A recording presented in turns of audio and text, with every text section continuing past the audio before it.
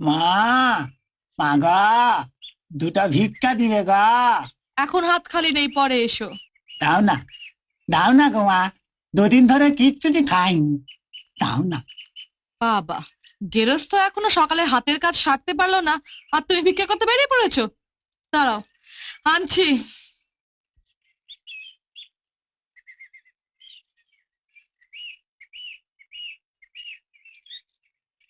এই, সরে যাও, সরে যাও, সরে যাও। তুমি এসো না এখানে, এটা আমার মন্দির, প্রভু থাকেন। তুমি মুসলমান, ছুঁয়ে দিলে সব অপবিত্র হয়ে যাবে। নাও। আল্লাহ তোমার মঙ্গল করবেন।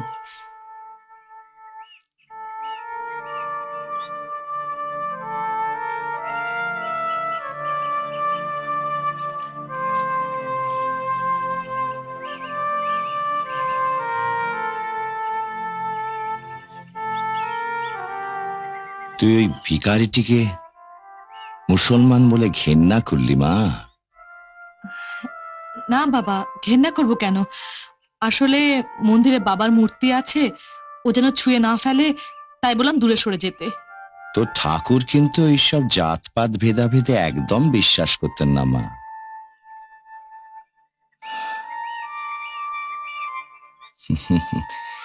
মুসলমান ধর্ম কি সেটা জানার জন্যে অনেক কষ্ট করে পায়ে হেঁটে কাবুল, মক্কা, মদিনা ওদের সব তীর্থস্থানগুলো ঘুরে বেরিয়েছেন তিনি।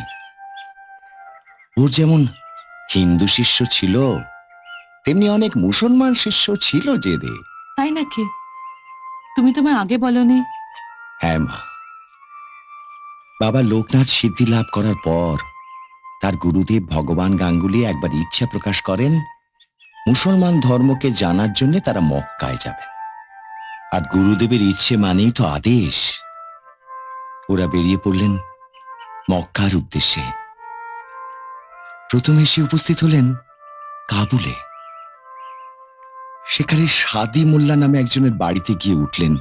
আসুন। আসসালামু আসুন। আলাইকুম। আসুন। আসুন আসুন আসুন, আপনারা এসেছেন এ খবর আমি পেয়েছি, কিন্তু আপনারা আমার মেহমান হয়েছেন তাতে আমি বড় আনন্দিত হয়েছি, ধন্য হয়েছি। একই কথা বলছেন ভাই। আমরা তো আপনার কাছে এসেছি ইসলাম ধর্ম সম্বন্ধে জানবার জন্য।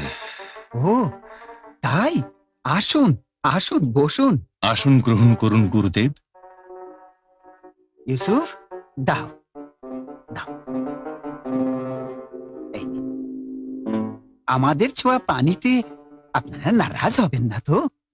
না না সাদি ভাই, আমরা সংস্কার মুক্ত। আমরা সমস্ত ধর্মের উপরে মানুষকে স্থান দিই। ইসলাম, ইসলাম কথাটির অর্থ হলো আত্মসমর্পণ আল্লাহর কাছে, আর নামাজ হচ্ছে তার পদ্ধতি, অর্থাৎ উপাসনা। এ তো আমাদেরই মতো। হ্যাঁ ভাই বেনি মাধব, আমরা যেমন ভগবানের কাছে ভক্তি নিবেদন করার জন্য যোগাভ্যাস করি, এও ঠিক তাই। আর আল কোরআন, কোরআন হলো আল্লাহর মুখ নিঃসৃত বাণী। এই যে মিলে যাচ্ছে, এই যে মিলে যাচ্ছে, এই যে মিলে যাচ্ছে সাদি ভাই, এই যে মিলে যাচ্ছে। গীতায় যে বাণী শ্রীকৃষ্ণের মুখ থেকে নিঃসৃত হয়েছে, এ তো তাই। গীতাই আমার হৃদয়, গীতাই আমার সার, গীতাই আমার অত্যুগ্ধ জ্ঞান, গীতাই আমার অব্যয়। সাদি ভাই, সাদি ভাই, আজ আর আমাদের কোনো দ্বিধা নেই। তোমাদের চলার পথ আর আমাদের চলার পথ এক, অভিন্ন। আল্লাহ আর ভগবানে কোনো তফাৎ নেই, কোনো ভেদ নেই। এসো, এসো সাদি ভাই, এসো। এই দেখো, তোকে বাবার গল্প করতে করতে আমার বোধহয় দেরি হয়ে গেল। মন্দির খুলে বাবার বাল্যভোগ দিতে হবে না? আচ্ছা বাবা, দে দে দে। হ্যাঁ, তুমি তো পুজো করতে কত মন্ত্র পড়ো, আর আমি তো কোনো মন্ত্র জানি না। তুমি মন্ত্র শিখিয়ে দেবে? ওরে বাবার পুজো করতে গেলে কোনো মন্ত্রের দরকার হয় না, মনের ভক্তিটুকুনি যথেষ্ট। এক মনে বাবাকে ডেকে ভোগ দিলে বাবা তা গ্রহণ করেন রে। ঠিক আছে, তুমি যাও, আমি আমার পুজো শেষ করে কিন্তু আসবো। দেখবো তুমি কেমন পুজো করো।